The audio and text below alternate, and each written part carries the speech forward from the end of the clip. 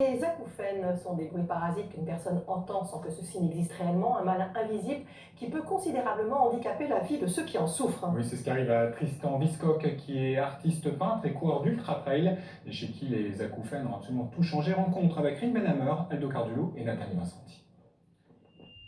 Voilà, on est plutôt dans ces fréquences. La vie de Tristan a failli chavirer il y a 8 ans, quand une banale séance chez le dentiste déclenche chez lui un acouphène permanent. Et c'est exactement ce que j'entends 24 heures sur 24, 7 jours sur 7 depuis maintenant 8 ans. Et on m'a annoncé très rapidement que je risquais d'avoir ça à la vie. Et là, votre monde s'effondre. Vous ne savez pas du tout comment vous allez pouvoir vivre et gérer ce bruit-là. Ça ne peut pas s'arrêter parce que c'est un bruit émis par le cerveau, c'est un bruit fantôme qui est émis par le cerveau et vous ne pouvez plus vous concentrer. C'est un handicap non visible, donc les gens ne comprennent pas. Contre ces bruits parasites, il n'existe pas de traitement à ce jour. Tristan doit donc apprendre à avancer avec. Déjà sportif, il découvre que la course lui offre un bref répit. Je me suis aperçu en 2012 qu'en courant, au bout de 5-10 km, mon bruit s'atténuait. Et pendant toute la course, je sors un peu de prison, j'entends plus mon bruit, donc c'est quand même assez agréable. C'est des sensations, on a vraiment un moment de sérénité totale.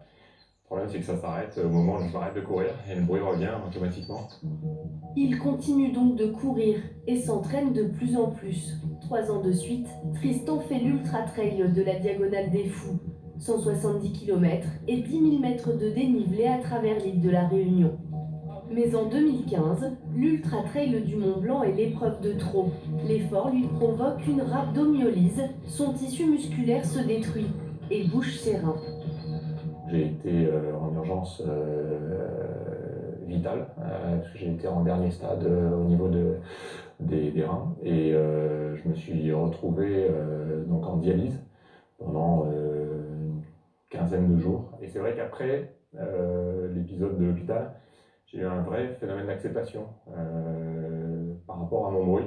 Et aujourd'hui, je le gère beaucoup mieux. J'avoue que j'arrive beaucoup plus à vivre avec lui. Tristan doit donc ralentir et trouve une autre façon d'échapper à son bruit, en se plongeant dans sa deuxième passion, la peinture. Ces expériences deviennent sa source d'inspiration, notamment la montagne où il a frôlé la mort.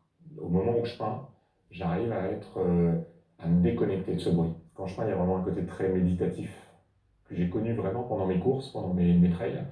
Et ce bleu qui nous submerge un peu, il a un côté très captivant en fait, ouais, presque hypnotique.